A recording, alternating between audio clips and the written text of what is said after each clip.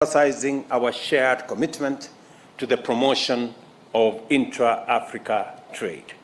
Today, Your Excellency, you and I are delighted to have presided over the signing of 4 instruments of cooperation that will play a definitive role in the Kenya-South Africa relations. They are 3 memoranda of understanding and 1 agreement on cooperation in the fields of correctional services, cooperation in the fields of housing and human settlement, cooperation between Kenya School of Government and the National School of Governments from South Africa, and the agreement on audiovisual co-production. On behalf of the people of Kenya, I express Kenya's appreciation on the progress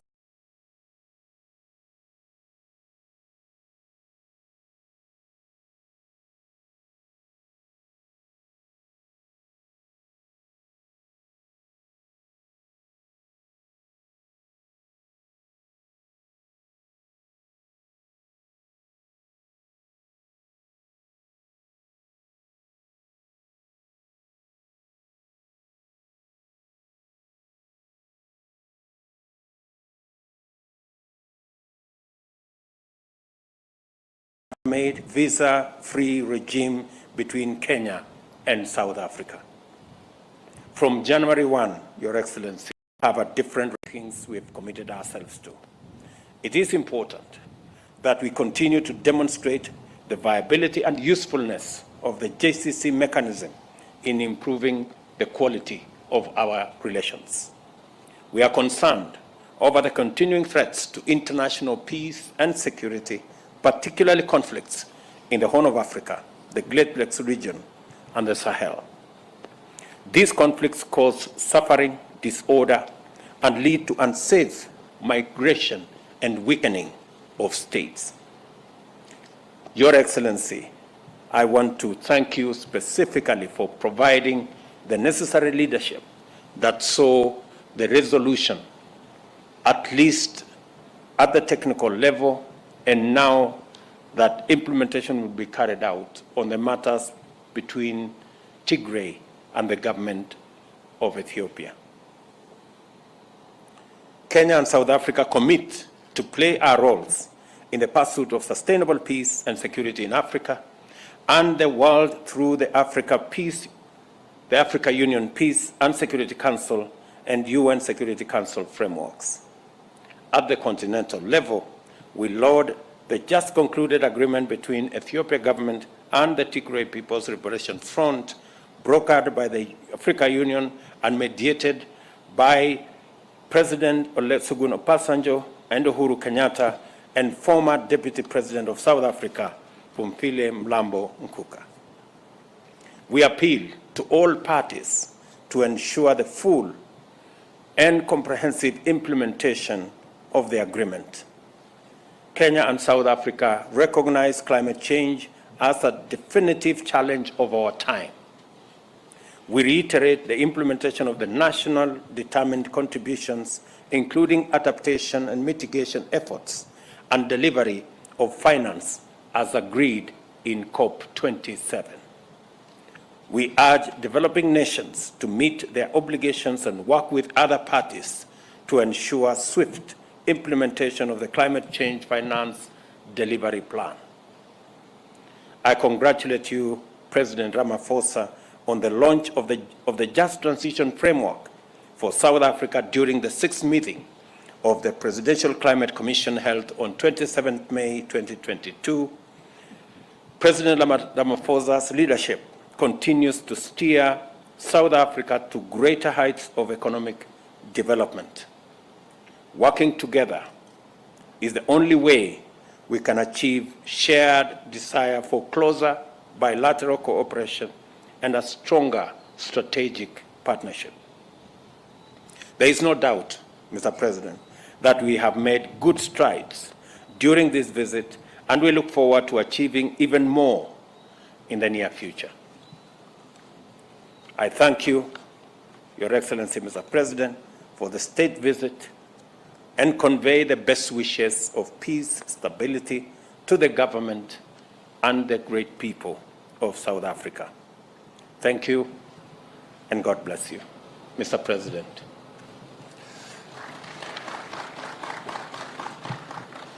Your Excellency, Dr. William Ruto, President of the Republic of Kenya, members of your government and the delegation from South Africa, members of the media, and ladies and gentlemen, I'd like to start off by thanking you most sincerely for inviting me and my delegation to come on a state visit to Kenya. This in many ways demonstrates the very deep and strategic relationship between South Africa and Kenya. And I'd also like to reiterate our congratulations to you for your election as President of this wonderful country, Kenya, and wish you the very best as you lead this great nation to greater heights. We have just concluded meaningful discussions and very productive and constructive talks which have taken forward our cooperation and relationship in several areas of mutual interest. This visit has once again reaffirmed that our bilateral relations are based on a sound foundation of mutual respect, shared values, and friendship, and are also based on our democratic values. These principles will undoubtedly continue to serve us well into the future, especially in times of global uncertainty. We used our discussion, both our tete-a-tete and our official talks in the presence of our respective delegations, to take stock of the current state of our bilateral relations, while also exploring other areas of mutual interest and possible cooperation. And we recognize that the wonderful foundation that exists between our two countries gives rise to enormous opportunities that our two countries should capitalize on. We also witnessed the signing of agreements and memoranda of understanding, as you correctly said, and this builds on the other agreements that we had signed in the past. We are committed to ensure that the agreements and the memoranda of understanding that we have signed now and in the past will be implemented fully. You and I also took opportunity to discuss the thorny issue between our two countries of visas between South Africa and Kenya, with a view of allowing Kenyans to be able to visit South Africa on a free visa basis, that is without having visas. We agreed that indeed Kenyans should be able to visit South Africa without requiring them to have visas, and that this dispensation will commence on the 1st of January in 2023, and that our officials will speed up the processes of putting this into effect, and that this dispensation will be available to Kenyans for a 90-day period in a given year, meaning that, yes, can use the 90 days, 10 days, 20 days, or whatever, for the full year. Kenyans will have a full 90 days to be able to visit South Africa, and we will be able to review this and get reports from our ministers within a year and see how this is functioning. This will also be underpinned by other processes that we have agreed should take place, close monitoring of the implementation of this process, and also be able to have a return policy of those, as we call them, elements that would be undesirable, to be able to be returned to Kenya. And this, in many ways, just strengthens the relationship between South Africa and Kenya, but more importantly, the people-to-people contact, because as you and I observed, Kenyans and South Africans have multiplicities of relations, both business, social, communal, at relatives level. They want to be able to travel, and tourism also between our two countries will be greatly enhanced through this. South Africa and Kenya are confronted by a number of challenges, almost similar challenges of poverty, inequality, and unemployment. Since 2020, South Africa has been implementing what we crafted as the Economic Reconstruction and Recovery Plan to lift our economy out of a prolonged period of slow growth, but a period that was also negatively impacted by COVID-19.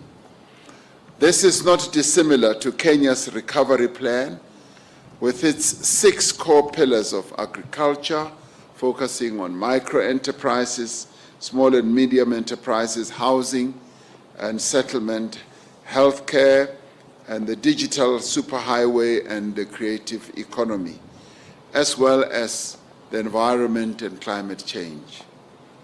There are definite opportunities for South Africa and Kenya to share experiences and good practice in the implementation of these various economic opportunities that are given rise to by the plans that we both have adopted. We are therefore pleased that the business forum that is taking place at this moment during this state visit will also be exploring a plethora of opportunities between our two respective businesses. And we are delighted that businesses from South Africa, business people from South Africa have traveled in their numbers to come here, both from the private sector and the public sector, and this endeavor they are also joined by business people from your beautiful country, Kenya. This, in many ways, gives an opportunity to make new contacts, and as I often say, they make contacts and hopefully they will move to contracts as they establish new business undertakings in various sectors of our respective economies. As leading economies in our regions, Kenya is a leading economy in East Africa, and so is South Africa, in Southern Africa. We have demonstrated a firm commitment to sustainably increase volumes of trade and foster greater investment in each other's economy.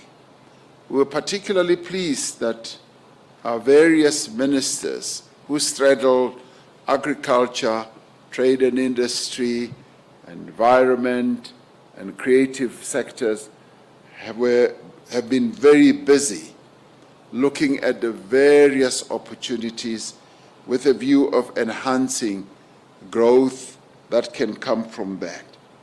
We also, during our discussions, focus on several issues affecting our beloved continent, including the situation in the Democratic Republic of Congo, Ethiopia, as well as Western Sahara. We agree on the need for peace and stability in our continent and the ending of conflicts within and between states. Besides destroying lives and livelihoods, these conflicts greatly retard progress in addressing important social and economic issues. We have therefore agreed that we need to remain focused on issues affecting our regions and our continent and not be distracted by other global matters that are not of our making. We advocate for African solutions for African problems. We took time to thank you for the role that you have played as Kenya in helping to resolve the conflict in Ethiopia between the Ethiopian government and the Tigrayans by deploying former President Uhuru Kenyatta to be joined by former President Olusegun Obasanjo of Ethiopia and former Deputy President Phumzile Mlambo Ngcuka in fostering peace between the two belligerent parties. We were grateful that there was an understanding and a peace agreement that was reached, and we're glad that Kenya did play a very key role in enabling that to happen. And this lives up to having African solutions for African problems, because we have the necessary expertise, experience, the wisdom, as well as institutions and leaders who are able to help our continent to resolve problems affecting Africa. Kenya and South Africa share a common commitment to strengthen and capacitate the African Union to carry out its core mandate of social and economic development of the African people. We have called for global solidarity, fairness, and a rules-based international system, and the reinforcement of multilateralism, which Kenya and South Africa support greatly. And Kenya and South Africa are aligned on the need also to reform the United Nations system, in particular the United Nations Security Council and the transformation of institutions of global governance. You and I have just returned from COP27 in Sharm el-Sheikh in Egypt, where both of us and a number of African countries flew the African flag with regard to ensuring that there is a just transition, as many of our countries on the African continent are currently suffering a great deal from the ravages of climate change. As you correctly pointed out, the droughts that Kenya is experiencing now are unprecedented. And similarly, the floods and the droughts that South Africa is currently experiencing now are unprecedented. And this just goes to show that climate change is serious, but at the same time, we need to make sure that the more developed economy countries that have contributed greatly to the climate damage should be the ones who carry the burden of making sure that the loss and the damage that developing economy countries like South Africa and Kenya are properly compensated, and that those countries live up to the commitments that they have made. And thank you very much for congratulating South Africa for reaching the Just Energy Transition Agreement or deal with the 5 countries. But we also are firm in supporting similar deals to be reached with countries that are currently experiencing real great difficulties when it comes to climate change, countries like your own country, Kenya. It is our hope and conviction that our relations, President Ruto, will deepen and that cooperation will grow to cover a greater diversity of areas. And as you and I said, we've just scratched the surface when it comes to opportunities that lie out there, which you and I will be outlining to the business community who we will meet later.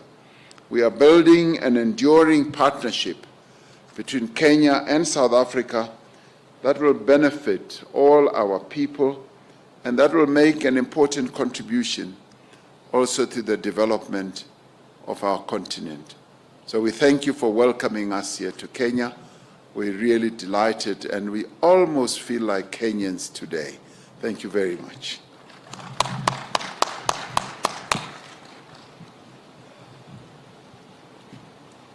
Your Excellencies will be taking two questions, two each from the respective journalists from the respective countries. If I can have anyone. Yes. Introduce yourself and the media house you represent, please. Thank you. Your Excellencies, Presidents William Ruto and Cyril Ramaphosa, my name is Victor Kiprop. I'm a journalist with BBC Africa. Congratulations on the agreements you've reached today. And aviation is also one of the areas that the two countries have previously agreed to partner and harness their, of course, strengths. I wanted to find out the status of the strategic partnership framework that the two countries signed in November last year, and if the two countries are on course for the launch of the Pan-African airline group next year. Thank you.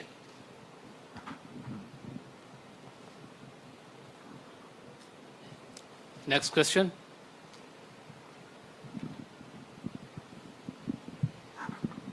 Thank you. Your Excellencies, my name is Robert Lucha. I work with SABC. You just came from Egypt from the climate conference. My question is, many African countries are critical about agreements African leaders signed at the climate change summits, especially loans and commitment to stop using fossil fuels and coal, while developed countries are using these resources. What are your views on this? And this is to the both presidents. Thank you. Okay. I think we can take those two first, and then we can take the final two. On the matter of South Africa Airways and Kenya Airways, this was a subject of discussion between me and President Ramaphosa and our teams, and we have agreed that that agreement should be progressed forwards. It presents an opportunity for both South Africa and Kenya to work together to build a Pan-African airline. We are committed to ensuring that the agreement that was signed between our two airlines goes forward. And at the technical level, there is a lot of work going on, and we look forward to making sure that the agreement that was signed eventually brings about a Pan-African airline. And on the subject of the agreements that was signed, I think specifically the agreements that were signed in Sharm el-Sheikh were not necessarily about exploitation of hydrocarbons. I think these were green agreements on solar energy, on green hydrogen energy, on geothermal energy, wind and solar energy, progressing our desire to do the right thing. I know there is a conversation as to whether we should not be doing what the developing countries have done. They have exploited their hydrocarbon resources, whether we should not be doing ours. It is our belief that it is always the time to do the right thing. It is also our belief that two wrongs never add up to a right. So while we know the wrongs of the past, we can right them by doing the right thing now going into the future. And that is why South Africa is talking about just transition. And that's why Kenya is escalating our renewable energy resources and exploitation as was witnessed by the agreements that we signed in Sharm el-Sheikh. Mr. President. Thank you very much, Mr. President.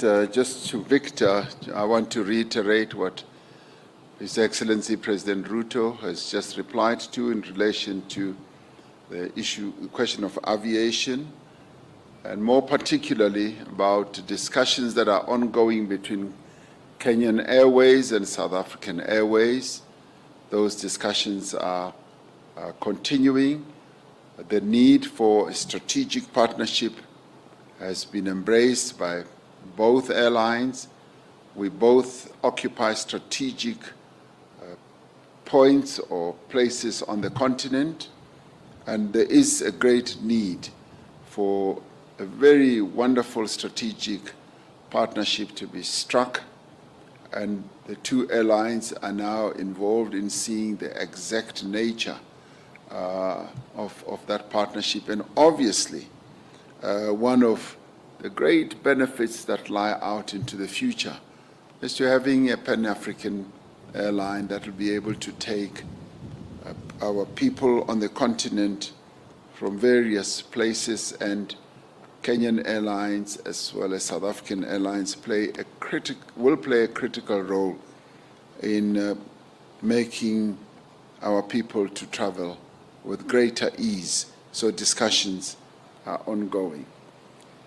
With regard to the question posed by Robert from SABC, many people across the world have congratulated us for this unprecedented, groundbreaking, they have said, agreement, where, as said, a fairly sizable economy on the continent, we've been able to reach an agreement that will harness and bring investment to bear on helping us to address the challenges that we are facing. As a country, we have adopted a nationally determined contribution where we have indicated how we are going to address the challenges of climate change and what specific actions we will take. The reality of this matter is that climate change is here. It's here, and we have to address it, whether we like it or we don't. The floods, the droughts, and many other horrific occurrences that are happening, we've got to address. And admittedly, South Africa is, say, the 12th contributor to the climate damage, but Africa as a whole just contributes about 1%. So we have seen the need to address what we can contribute. Now, we have fossil fuel based energy generators, and some of them have been generating electricity for years. One of those has just been retired, and it was not retired because we just wanted to do it. It had reached the end of its life, as it often happens with fossil fuel generated power stations. They reach the end of their lives, and it's our decision whether we want to be ahead of the curve or not and embark on new and renewable green energy sources. That's what we have chosen to do, ahead of us being compelled by the exigencies of the moment, that we should take proactive steps to begin to protect the work opportunities of people who work in those fossil fuel generators, as well as the communities that live nearby or affected communities. And it is in this regard that we have decided that we need to embark on clean energy transition, where we will look at a variety of renewable platforms. And in this case, we have come up with a business plan that is going to enable us to look at three specific areas: how we can generate electricity from a variety of sources. And as a country, we are committed to mixed energy source. There are tiring power stations that are coal-fired that we want to retrofit, to change so that they embark on another journey, if you like we have done with one Komati, where we are retrofitting it so that it can have a new lease of life, but at the same time, we should be aware of the just transition, be able to ensure that working people are not left stranded and communities are not left stranded. And this is in line with our principle, which is leave no one behind. And indeed, there are other areas that we want to go into. Hydrogen sector beckons. It is calling us. It's a new economy. And this green economy or green process is offering us new opportunities. And we believed that through this agreement, we will be able to embark on new opportunities, new interventions, as well as move towards electric cars. South Africa is a very big motor vehicle manufacturer, and many countries, particularly in Europe, are already moving towards electric cars, and our plan is taking us in that direction. We do believe that it will be wrong for us just to remain tied to the old and trusted ways that we've always had, which are depleting, which are really running out of capability, whereas there's a new world, a new economy that is opening up.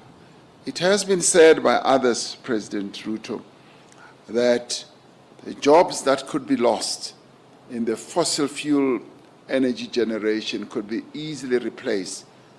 One job could be replaced by up to 3 new jobs. And that is the direction that we are headed in. So this renewable energy offers us enormous opportunities in solar, in hydro, in wind, in hydrogen, and in a variety of ways. So we're saying that we should not be fearful. We should be brave enough, so long as the transition does not leave our people behind. Thank you. Thank you. The last 2 questions. Good day, Your Excellencies. My name is Mugelwa Hlachwayo from Reuters. My question is regarding the visa-free agreement. Does the return policy apply to citizens of both countries? And do you see this visa-free policy extending to other countries in the East African community?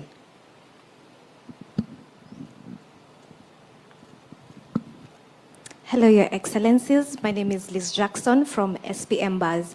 My question is, there was a plan for an exchange program between Kenya and South Africa to make Swahili be spoken in both countries. Also, in relation to that, I would also want to know what plans have been put in place to make sure that South Africa culture, art, and entertainment has been made easy between the 2 countries. We love South Africa. It has good sceneries. Will it be easier for us to go and shoot in South Africa? Thank you. Thank you very much. Maybe I should begin there with Liz. Part of the agreements that we have signed today, part of the MOU that we've signed today is specifically to facilitate the art and creative industry to work together and to leverage on knowledge, to leverage on infrastructure, to leverage on all the facets of the creative industry, from film to cinema and to the whole of that scope between Kenya and South Africa.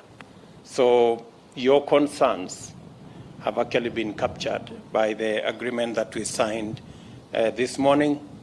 Kiswahili continues to be the language of most countries in East Africa, and hopefully is all the way now to Mozambique.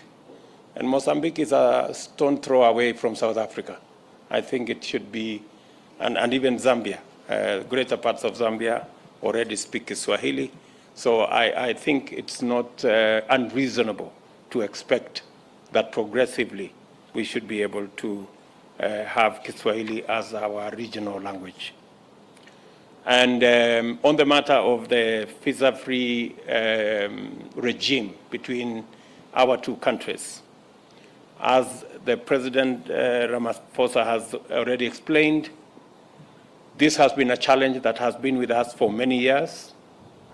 I thank President Ramaphosa and his team for unlocking this huge potential between our two countries, that under the new regime, we can build a greater relationship in business, in culture, in communal relationship, in social relationships, because we can be able to move much more in a better framework. And the return is, as we have said, illegal immigrants, people who abuse the system, people who take advantage of the system, people who rig the system, people who should change the system. They don't deserve to be in South Africa, and they don't deserve to be in Kenya. So that has been agreed across board. This agreement was between Kenya and South Africa. I think there will be other agreements to take care of other countries and other regions. Mr. President. Thank you very much, Mr. President. Yes, indeed, the return policies between this agreement, rather the visa-free agreement, is between Kenya and South Africa. And no doubt, South Africa has relations with a number of other countries, and the agreements are tailor-made to apply to specific countries that we have relations with. So we will be able to deal with various countries on that basis as we reach agreement with those who do not have this type of dispensation. So this dispensation is between South Africa and Kenya. And we are really pleased that after many years of research, of proper investigation, South Africa and Kenya have finally arrived at this. And we'd like to thank our officials and our ministers for having worked very hard to get us where we are today, where we are able to make this type of announcement. And of course, as President Ruto says, the return policy is about dealing with those people who should not really be traveling between the two countries. And we are going to be monitoring this much more closely, and we are setting in place various mechanisms in both South Africa and Kenya to make sure that what we have agreed to is adhered to, and that no one takes advantage of the agreement that we have reached. Yes, will this agreement that we've signed on arts and culture lead to, yes, people making films in South Africa from this area or this part of our continent? Yes, it will lead to that quite easily. And you spoke about Kiswahili, the agreement. Yes, of course, we have agreed that even in our schools, there will also be a process of teaching Kiswahili. You are most unfortunate to meet me today on a Wednesday. If you meet me on a Friday, I speak Kiswahili fluently. So you are unlucky that you meet me today. Thank you very much. Thank you, Your Excellencies. Thank you, ladies and gentlemen. communique will be released immediately.